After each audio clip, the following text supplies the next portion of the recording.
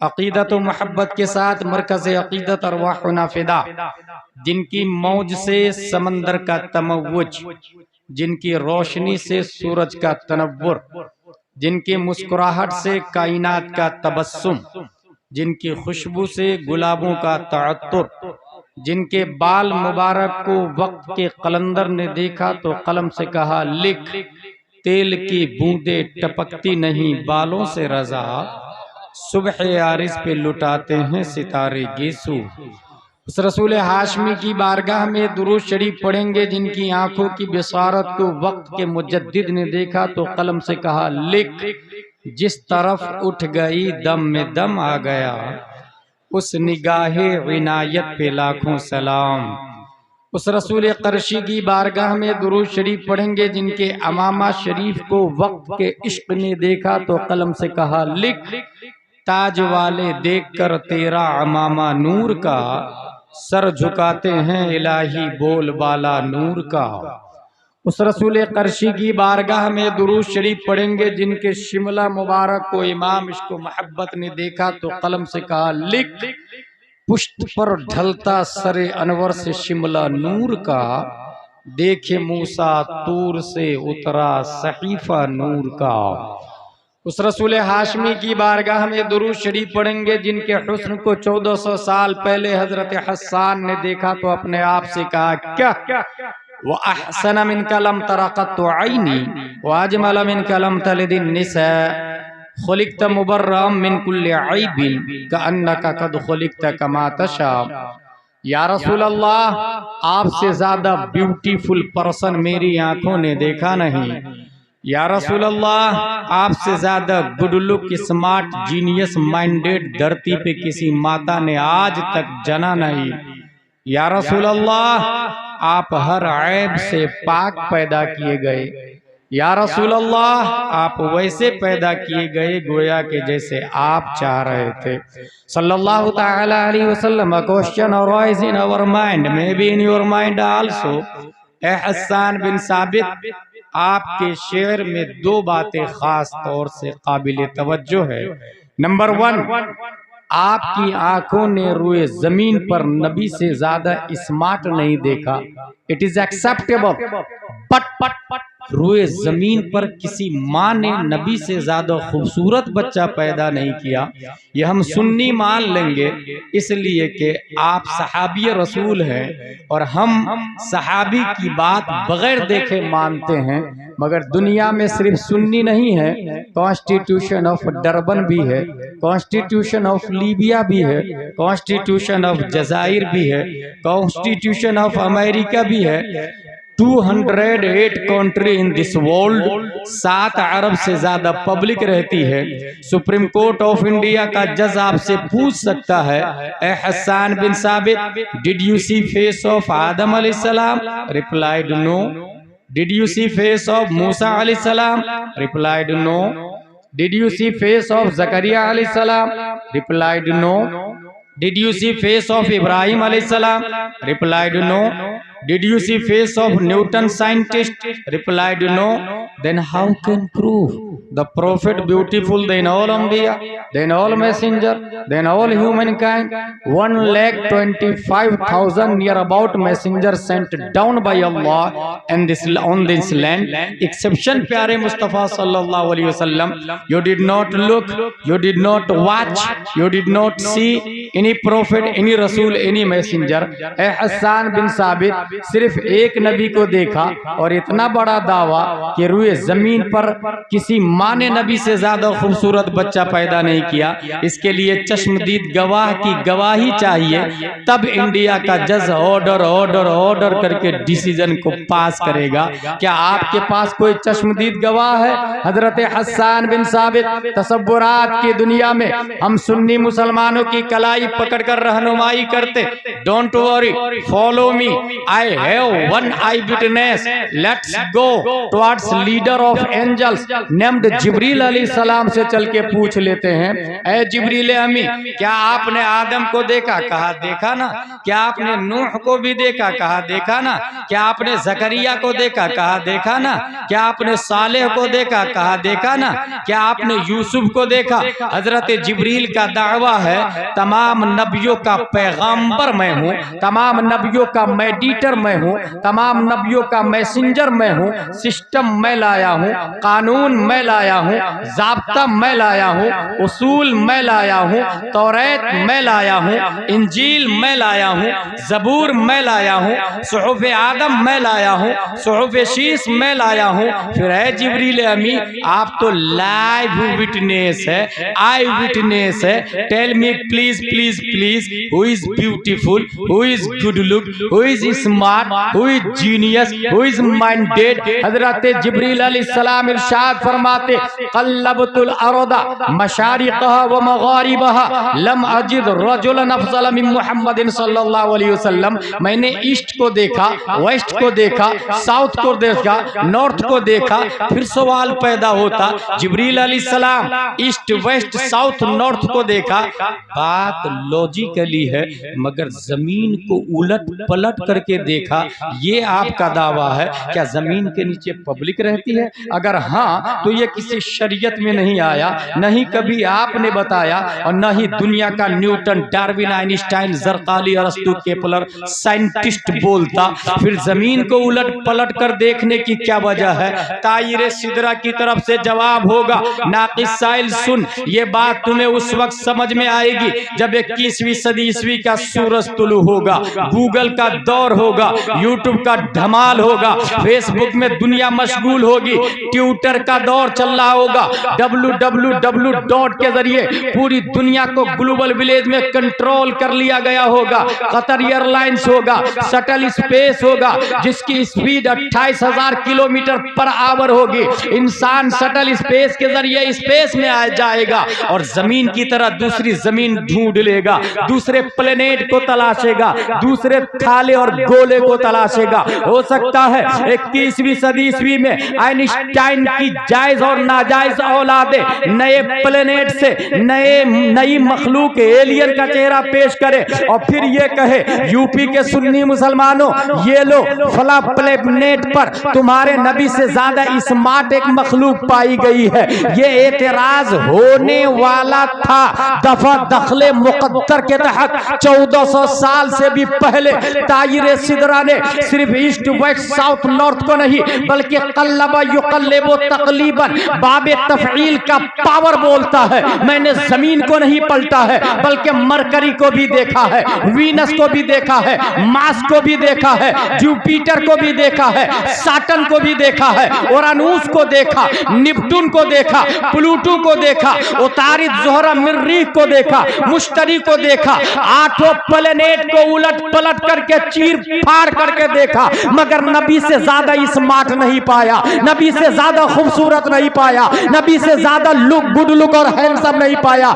जिब्रील अलैहिस्सलाम की तर्जमानी अगर दुनिया का एक आम मौलाना करता तो न्यूटन की औलादे ये बोल सकती थी। ये तो अलिफ बा ता सा जीम हा खा दाल दाल रा जा सीन शीन साम रा ता ज़ा ऐन गैन फा क़ाफ काफ लाम लाम अलिफ हमला काफ लाम मीम नून वाव हा लाम अलिफ हमजा या वाले लोग हैं। और ये जो तहकीक है ये ABCDEFGHIJKLMNOPQRSTUVW XYZ वाले की है। अगर जिब्रील की तर्जमानी एक मस्जिद का इमाम करता तो कैम्ब्रिज का दकातेरा ये बोल सकता है ये मौलाना वाली बातें हो गई, न्यूटन वाली बातें करके बताओ, आइंस्टाइन वाली और साइंस की बातें करके बताओ। इसलिए रब्बे कदीर ने जिब्रील की तर्जमानी करने के लिए एक ऐसे इंसान को पैदा फरमाया जो अपने वक्त का आलिम भी है, फाजिल भी है, मुफ्ती भी है, मुहक्किक भी है, मुदब्बिर भी है, मुजद्दिद भी है और साथ में न्यूटन का बाप भी है, आइंस्टाइन का दादा भी है,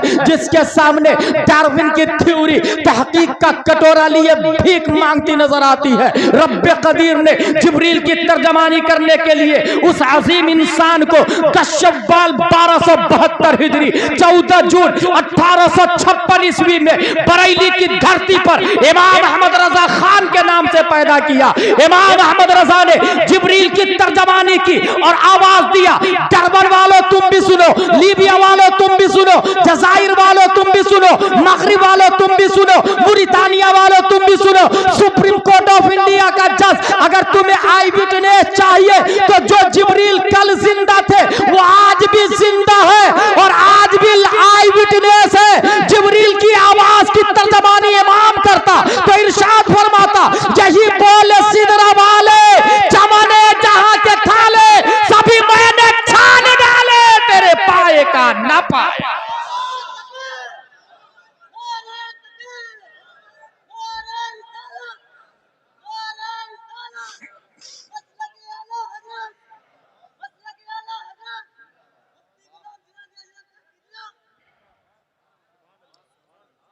अकीदत व मोहब्बत के साथ दुरूद शरीफ अल्लाहुम्मा सल्ली अला सय्यदना व मौलाना मुहम्मद व आलिहि व सहबिहि बारिक वसल्लम सलातु व सलामुन अलैका या रसूलल्लाह। Today my topic is first student in Islam. Cambridge, Oxford, JNU, दुनिया की जितनी यूनिवर्सिटीज है, कॉलेजेस है, आपके एरिया में क्रिश्चियन मिशनरी है, कोई वाइस चांसलर ये नहीं बोल सकता मेरी स्कूल में तमाम सब्जेक्ट की पढ़ाई जाती है। नहीं कोई ये बोल सकता मेरे यहाँ जो टीचर है वो ऑलराउंडर है। नहीं ये दावा कर सकता माई every student is successful in all department. क्योंकि मैथमेटिक्स में अगर 100 नंबर लाता है तो वो बायो में 50 ला सकता है। इंग्लिश रीडिंग में अगर वो 99 लाता है तो हिंदी में वो वीक हो सकता है। अफलाकियात में अगर 100 मार्क्स लाता है तो अरदियात में सप्लीमेंट्री ला सकता है। इसलिए कोई यूनिवर्सिटी वाला ये दावा नहीं कर सकता कि मेरी यूनिवर्सिटी ऑलराउंडर है, टीचर ऑलराउंडर है, स्टूडेंट ऑलराउंडर है। जानते हैं क्यों? इसलिए कि अल्लाह ने एक यूनिवर्सिटी बनाई है जिसे हम हरम का नाम देते हैं। उस यूनिवर्सिटी के मुअल्लिम सिर्फ और सिर्फ अरब के टीचर नहीं है, अजम के टीचर नहीं है, मक्का और मदीना के टीचर नहीं है, बल्कि मुअल्लिम कायनात प्यारे मुस्तफ़ा हजरत मोहम्मद मुस्तफ़ा सल्लल्लाहु अलैहि वसल्लम है, टीचर ऑफ द यूनिवर्स हुजूर सल्लल्लाहु ताला अलैहि वसल्लम। और इस यूनिवर्सिटी में जो सब्जेक्ट पढ़ाए जाते हैं वो कुरान शरीफ और हदीस शरीफ है। और आपको हैरत होगी, अगर आप 10+2 करते हैं 12 साल लगेंगे, PhD करते हैं 5 साल मजीद और देने पड़ेंगे, MBBS करते हैं 10+2 के बाद 5 साल देने होंगे, अगर आपने MD किया 2 साल और देना पड़ेगा, DM किया 2 साल और देना पड़ेगा। मगर मुस्तफ़ा की यूनिवर्सिटी का ये हाल है, किसी ने 10 साल पढ़ाई किया है, किसी ने 5 साल पढ़ा है, नबी से किसी ने 2 साल पढ़ा। ऐसे भी नबी के स्टूडेंट और सहाबी है जिन्होंने 1 दिन पढ़ाई किया, आए ईमान लाए, जंग में गए और शहीद हो गए। नबी की यूनिवर्सिटी में न उम्र की कैद है और न साल की कैद है कि तुम्हें रोजाना पढ़ना ही पड़ेगा और 10 साल ही में कोर्स कंप्लीट होगा। किसी ने 1 दिन, किसी ने 10 साल। उसके बावजूद हमारे नबी का चैलेंज है, असहाबी कन्नुजूम बिअज्हिम इक्तदैतुम इहतदैतुम। नबी के स्टूडेंट 1,25,000 सहाबा है और नबी ने हर सहाबी के बारे में कहा मेरा हर स्टूडेंट सितारे की तरह कामयाब है। बिअज्हिम इक्तदैतुम इहतदैतुम, बिअज्हिम का तेवर बोल रहा है कि चाहे 1 दिन वाले स्टूडेंट हो या 10 साल वाले स्टूडेंट हो, अगर उनमें से किसी एक की पैरवी कर ली जाए तो जहां भी कामयाबी मिलेगी वहां भी कामयाबी मिलेगी। My every student is successful.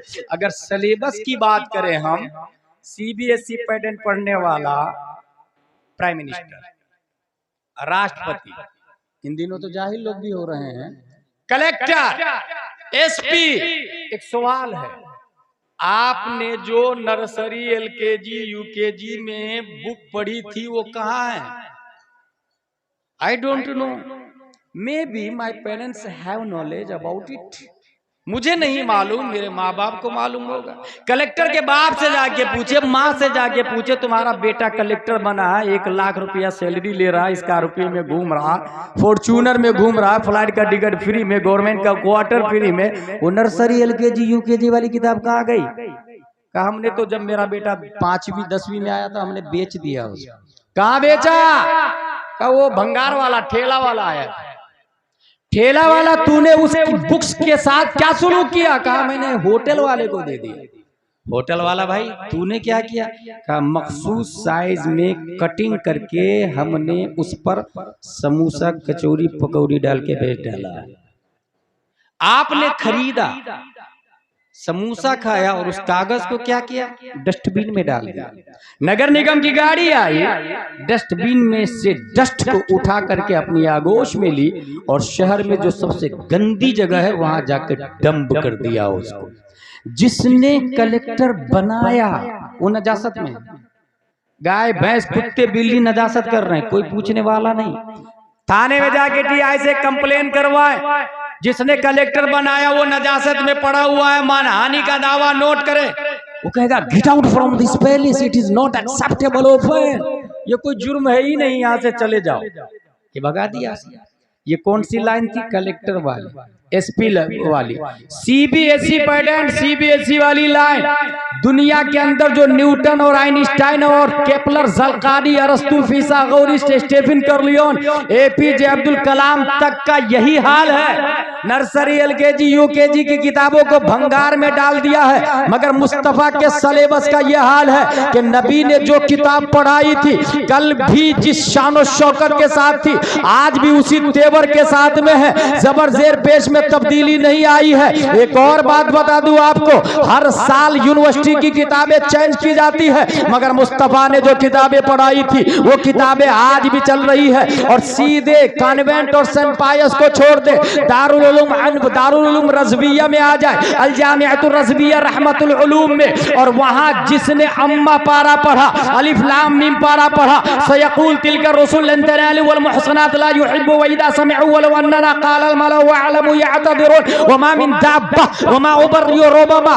उनसे पूछे आपने कुरान शरीफ पढ़ के बाद क्या किया? कहा एदादिया पढ़ा, ऊला सानिया सालसा राबिया खामिसा सादिसा साबिया सामीना फजीलत किया। उसके बाद मैंने 2 साल मुफ्ती का कोर्स किया, तखस्सुस फिल फिक्ह किया, अदब का कोर्स किया, तखस्सुस फिल अदब किया, हदीस का कोर्स पढ़ा, तखस्सुस फिल हदीस किया। सवाल यह है कि आपने जो प्राइमरी में अम्मा पारा पढ़ा था उसके साथ क्या सलूक किया? तो वो जवाब देता है उस वक्त भी हमने जिस अदब के साथ पढ़ा था आज भी कुरान का उतना ही अदब है। आज भी हम सीने से लगाते, आंखों से लगाते, क्योंकि रब का फतवा है ला यमस्सुहु इल्लल मुतहहरून। आलिम बन जाओ, मुफ्ती बन जाओ, मुजद्दिद बन जाओ, गौस अब्दाल बन जाओ, मगर बगैर वुजू के किताब को हाथ भी मत लगाना, बगैर वुजू के किताब को हाथ मत लगाना। पता ये चला जो एसपी कलेक्टर बना, जिसने बनाया वो नजासत में है, जिन्होंने मुफ्ती बनाया वो किताब कुरान कल भी सर की ताज थी, आज भी सर की ताज है। मसला ओपन है। शहर से नजासत को, गंदगी को, करप्शन को कलेक्टर खत्म कर सकता है या उलमा खत्म कर सकते हैं? जो अपने मोहसिन को नजासत में डाल दिया वो घास मोब लिंचिंग को खत्म कर पाएगा? यकीनन निजाम किसको कहते हैं हमारे उलमा के हवाले करें। और एक बात जनरल नॉलेज में नोट करें, अगर ये इस्लामी कंट्री होती तो सुप्रीम कोर्ट के जज ताजुश शरिया अलैहि रहमा होते हैं और हमारे उलमा वकील होते, हमारे उलमा वकील होते। Today my topic is first student in Islam. आपने किसी ऐसे आदमी का नाम सुना है? वो भी सहाबी, उनका बाप भी सहाबी, उनका बेटा भी सहाबी, उनका पोता भी सहाबी, 4 नस्लें। दैट इज अबू बकर सिद्दीक रज़ियल्लाहु ताला अन्हु। खुद भी सहाबी, वालिद साहब भी, बेटा भी, पोता भी, 4 नस्लें सहाबी रसूल।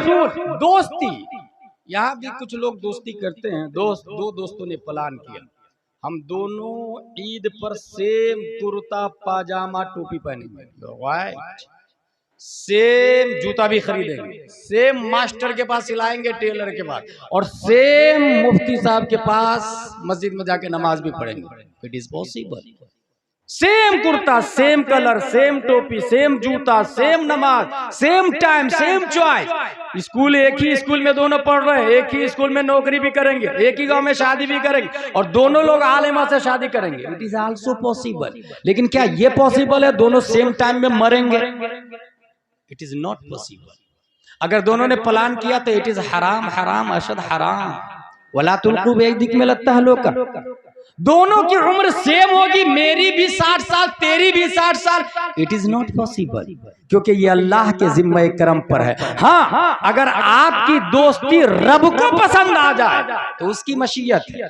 फ़आलुल लिमा युरीद रब की शान है। रब्बे कदीर ने दुनिया में 2 दोस्त की दोस्ती को कबूल फरमा ली, और वो दोस्त अबू बकर सिद्दीक है और मुस्तफा है। दोनों की दोस्ती रब ने इतनी पसंद फरमाई, इतनी पसंद फरमाई कि प्यारे मुस्तफा की उम्र भी 63 साल, अबू बकर सिद्दीक की उम्र शरीफ भी 63 साल।